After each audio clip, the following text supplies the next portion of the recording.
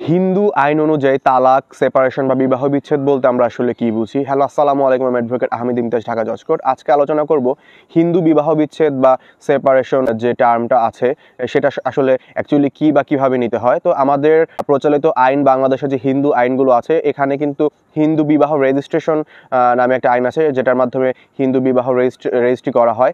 এই আইনটায় কিন্তু কোথাও কোনো সেপারেশনের ব্যাপারে কোনো কিছু বলা হয়নি, বা কোনো আইন এরকম অ্যাভেলেবেল নেই যেটা হিন্দু বিবাহ বিচ্ছেদের কথা নিয়ে আলোচনা করে বা কোনো গাইডলাইন দেয়। এরকম আইন কিন্তু আমাদের বাংলাদেশে অ্যাভেলেবেল নেই। তাহলে আসলে আমাদের রেমিডি কি, বা আমরা কিভাবে চাইলে এরকম সিচুয়েশনে যখন আমরা পড়ি যে আমাদের এক্সট্রিম একটা সিচুয়েশন চলে আসে যে আমাদের বিবাহ বিচ্ছেদ বা এই সেপারেশন দরকার হয়, তখন হচ্ছে আমরা আমাদের পার্শ্ববর্তী দেশ যে ইন্ডিয়া, সেখানে আসলে একটা প্রিন্সিপাল ফলো করা হয়, জুডিশিয়াল সেপারেশন।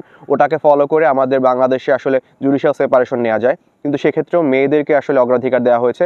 অর্থাৎ মেয়েরা চাইলে কিন্তু এই জুডিশিয়াল সেপারেশনের জন্য জেলা জজের কাছে আবেদন করতে পারবেন। ছেলেদের জন্য যে অ্যাভেলেবেল রেমিডি যেটা আছে সেটা হচ্ছে ছেলেরা চাইলে কিন্তু মহামান্য হাইকোর্ট বিভাগে রিট পিটিশন দায়ের করতে পারবেন। কিন্তু সেক্ষেত্রে আপনাকে এনাফ গ্রাউন্ড বা কারণ দেখাতে হবে যে আপনার ওয়াইফ যে ছিলেন তার পরকীয়া করার একটা প্রবণতা আছে, বা তার ক্যারেক্টারের সমস্যা আছে, বা এক্সট্রিম কোনো বিহেভিয়ার যেটা আপনি টলারেট করতে পারেন না, এরকম কোনো কিছু যদি আপনি স্ট্রং গ্রাউন্ড দেখাতে পারেন, তাহলে হচ্ছে আপনি রিট করে মহামান্য হাইকোর্টের কাছ থেকে জুডিশিয়াল সেপারেশন অর্ডারটা নিতে পারবেন। আর দেনমোহরের যে ব্যাপারটা থাকে, আসলে হিন্দু যে তালাকের ব্যাপারটা সেটা স্পষ্ট কথা বলা নেই, দেনমোহের ব্যাপারটা ওরকম করে আসে না।